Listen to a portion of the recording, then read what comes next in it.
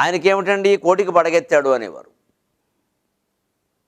పూర్వం ₹1,00,00,000 పైన సంపాదించడం అనేది చాలా కష్టం. అందుకే లక్షాధికారి అనే సినిమా వచ్చింది అప్పట్లో. ఓ 40 ఏళ్ల క్రితం లక్షాధికారి గొప్ప సినిమా. ఎందుకంటే అప్పుడు 1,00,000 సంపాదించడమే చాలా కష్టం. ఒక ఉద్యోగి నెల జీతం 300, 400 ఉండేది ఓ 50 ఏళ్ల క్రితం. ఓ 40 ఏళ్ల క్రితం కూడా అంతే. ఓ 500, 600 ఉంటే గొప్ప. అసలు ₹1000 జీతగాడంటే అమ్మో ఆయనకి సంచి రూపాయల జీతం అనేవారు. సంచి అంటే 1000. ఎందుకంటే పూర్వం పండితులకు బహుమతి ఇచ్చినప్పుడు రూపాయి బిళ్ళలు 1000 కలిపి ఒక సంచిలో వేసి ఇచ్చేవారు. సంచి అంటే 1000, అరసంచి అంటే 500. అమ్మో ఆయన సంచి అండి అనేసరికి ₹1000. అలాంటి స్థితిలో 1,00,000 సంపాదించడమే కష్టం, ఇక కోటికి చెప్పలేము అసలు. ఆ కోటి సంపాదించిన వాళ్ళు సగర్వంగా, ఆనందంగా, అందరికీ ఆదర్శంగా కూడా ఇంటి మీద ఒక ఆదిశేషుడు పడగ లాంటి విగ్రహం చేయించేవారు. బొమ్మ పాము ఇలా కూర్చొని ఇలా పడగెత్తినట్టుగా. ఇంకొంతమంది ఆ పడగ కింద శివుణ్ణి, గౌతమ బుద్ధుణ్ణి ఇంకా రకరకాలుగా వారి అభిరుచిని బట్టి కూడా పెట్టుకునేవారు. కొంతమంది ఊరికే పడగ అంటే అసలు నిజానికి దానికి ఆ పడగ కింద ఉండవలసింది శివుడు కాదు, గౌతమ బుద్ధుడు కాదు, శ్రీ మహావిష్ణువు. ఆదిశేషుడి మీద ఉండేది ఆయనే కదా. అంటే లక్ష్మీపతి, కోటీశ్వరుడు అంటే మన లక్ష్మీపతి. అలా ఉంటేవారు. దాని ద్వారా ఊళ్ళో అందరికీ తెలిసేది ఆయన కోటికి పడగెత్తారండి. మేడ మీద పడగెత్తడం అంటే అది ఒక విగ్రహం. పడగెత్తారంటే అందరూ తెలిసేది. అంతేకాదు ఊళ్ళో ఎవరు వచ్చినా ఆయన కోటికి పడగెత్తారండి, ఆయన ఇంటికి వెడదాం అని ఆయన ఇంటికి వెళ్ళేవారు. భోజనం అక్కడే, విరాళాలు అక్కడే, చందాలు అక్కడే, విశ్రాంతి అక్కడే, అన్ని రకాల సేవా కార్యక్రమాలు వారి నుంచి.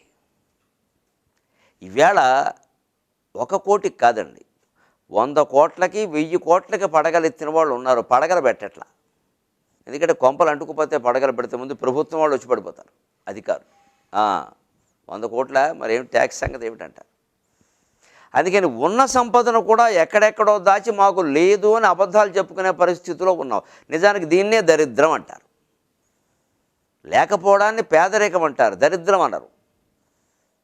ప్రారంభంలో దారిద్ర్యము పేదరికము అంటే అది సంస్కృతం మాట. దారిద్ర్యం సంస్కృతం నుంచి వచ్చింది. దరిద్రస్య భావం దారిద్ర్యం.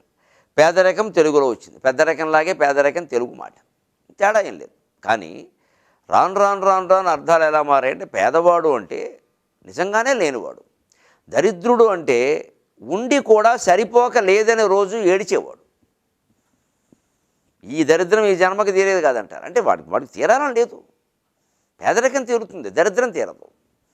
అందుకే దరిద్రం తిట్టుమాట అయింది, పేదరికం తిట్టుమాట కాల. దరిద్రపు మొహం, దరిద్రపు బుద్ధి, దరిద్రపు సినిమా, ఆ మాటలు వచ్చే గమనించండి. పేదరికం అనేది తిట్టుమాట కాల. పేదరికం సానుభూతి చూపించాల్సిన వ్యవహారం. తిట్టాల్సిందే ఉంది అందులో.